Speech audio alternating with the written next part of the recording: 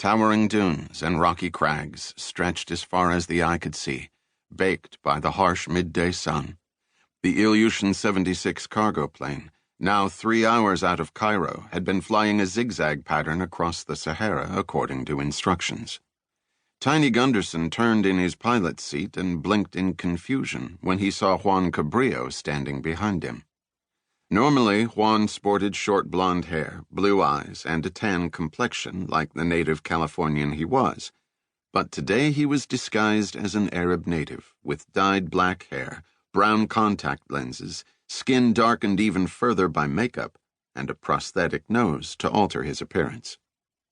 "For a moment I thought you were one of our other passengers," Tiny said.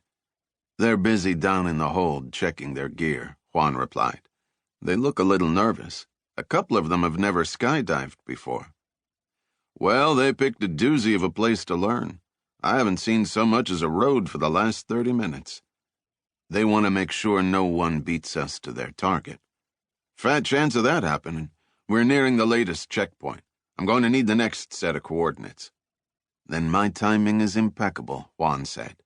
"Our client just gave me this. He said it's the drop location." He handed Tiny a piece of paper with a set of GPS coordinates. Tiny plugged the new numbers into the Russian jet's autopilot computer, and the 4-engine plane began banking in that direction. "We should be on site in 10 minutes, he said.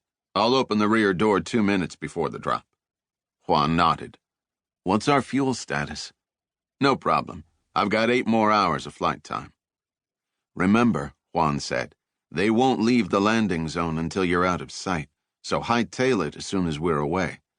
"Like I've been bit in the butt, Chairman. Have a good fall." Juan smiled. "Keep in touch."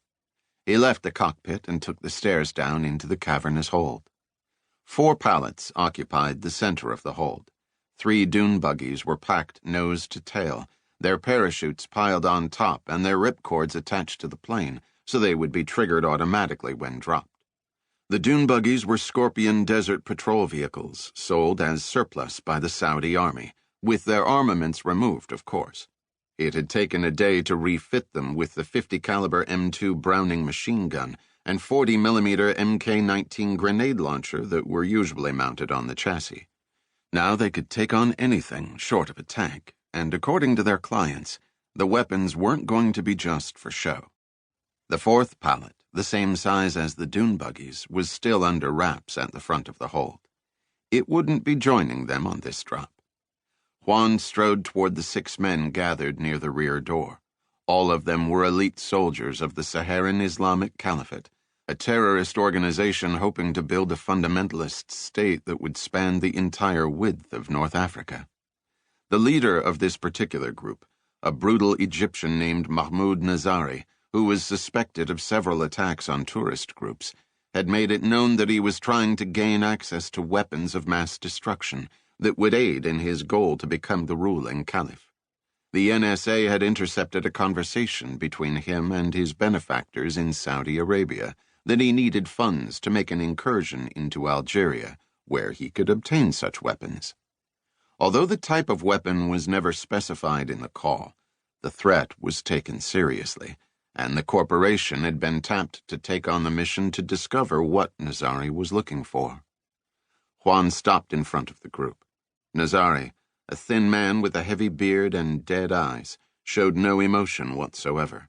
He said in Arabic, "How long until our jump?" "Less than 10 minutes," Juan replied with flawless Saudi Arabian inflection. He also spoke Russian and Spanish fluently in various accents, but he'd never been able to master Arabic in any other dialect, so his backstory sold him as a jihadist from Riyadh. Given the atrocities Nazari was thought to have committed, Juan got a bad taste in his mouth every time he had to talk to the terrorist. When Nazari bragged about slicing off an infidel civilian's hands during one of his attacks, Juan nearly threw him out of the plane's door without a parachute. But the mission to find the WMDs was too important to indulge his urge. "How far do we have to drive once we land?" Juan continued. "You'll know when I tell you. Now complete your preparations."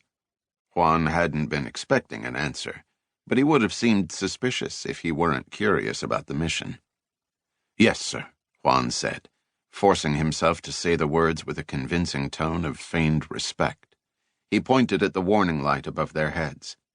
"That will flash red when the rear door opens. Stay behind the yellow line on the floor if you don't want to get sucked out. The light will change to amber a minute before the jump, then green to signal the jump. The pilots will go first, then us. Understand?" "We went over this in the pre-flight briefing," Nazari said with clear disdain.